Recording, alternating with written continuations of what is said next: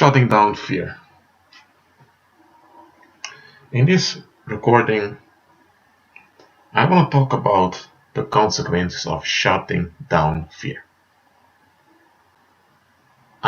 Shutting down fear, I don't mean denying of fear or pretending it doesn't exist. It simply means you refuse fear.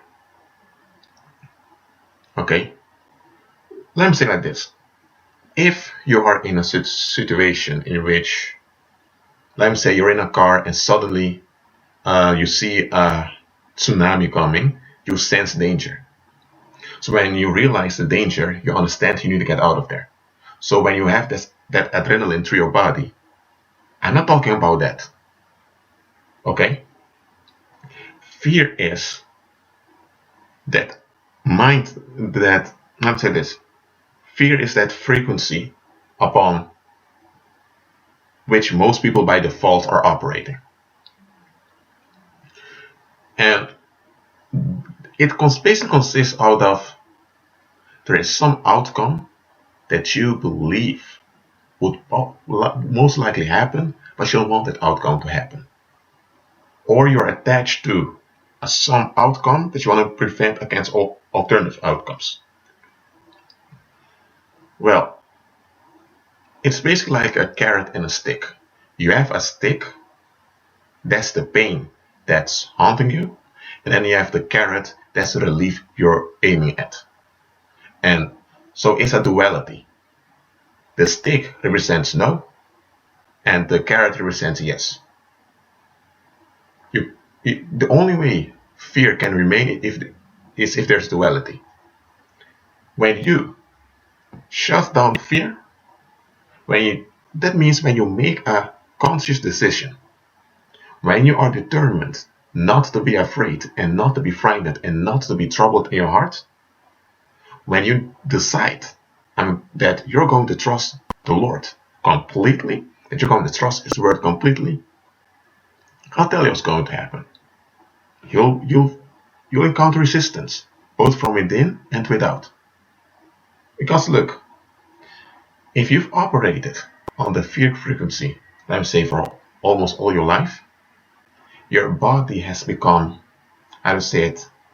your body has become addicted to the vibration of that frequency. So if you shut it down, your body is going to resist. Your body is going to, I won't say fight back, but your body is going to experience some symptoms because now there's a higher frequency is operating upon. So this is something that you will have to go through. Okay? And another thing that will happen is healing of the brain. When you are operating in fear, your brain is in a kind of fear, and I'm saying in a kind of freeze response. That means that your thinking and your feeling are becoming stagnant. You can't think straight and you can't feel right. So when you leave the fear frequency, but now you operate on the faith frequency, your brain will have to make new connections. Because you're not operating on that old frequency anymore. So that's why the urge to go back to the old frequency is always there, because that's what you're used to. That was your sense of security. Well, there's resistance from within. In biblical circles, we call this the flesh. That the flesh is fighting against the spirit. Now you have resistance from without. Because understand this. When you're operating by faith, folks, when you are operating by faith, others are going to notice it.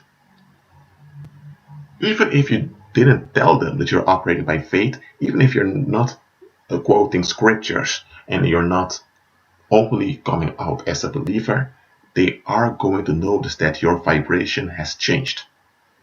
And some people are going to stare at you because they won't be able to explain what's emitting from you.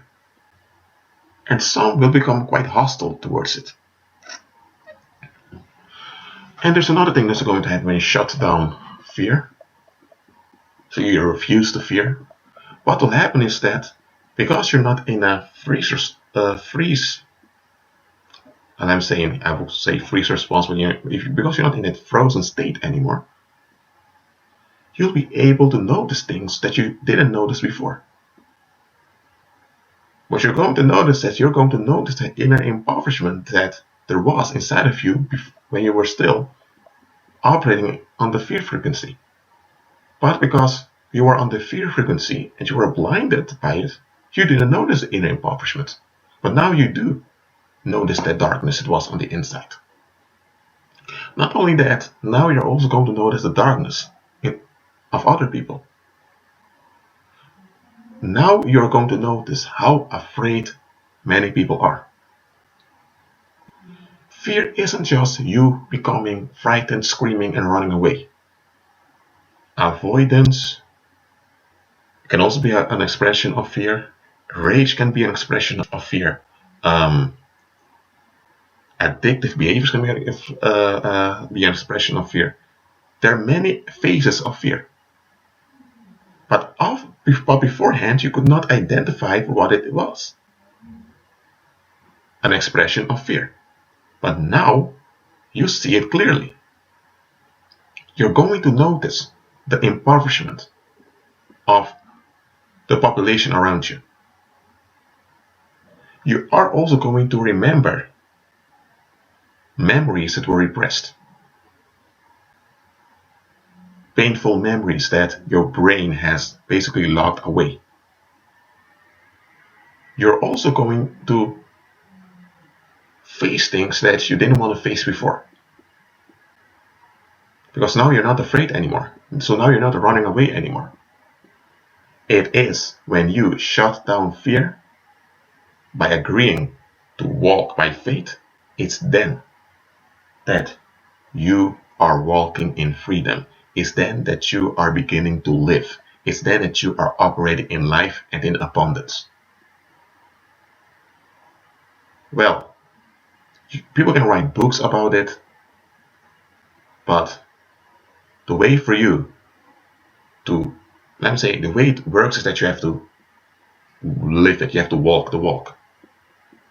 Well, just wanted to point out, don't expect that the moment you are delivered, that instantly everything's going to be a bed of roses. It won't. But you don't need a bed of roses. Because you're delivered. That's far better than a bed of roses under the frequency of fear. That being said, you all be blessed.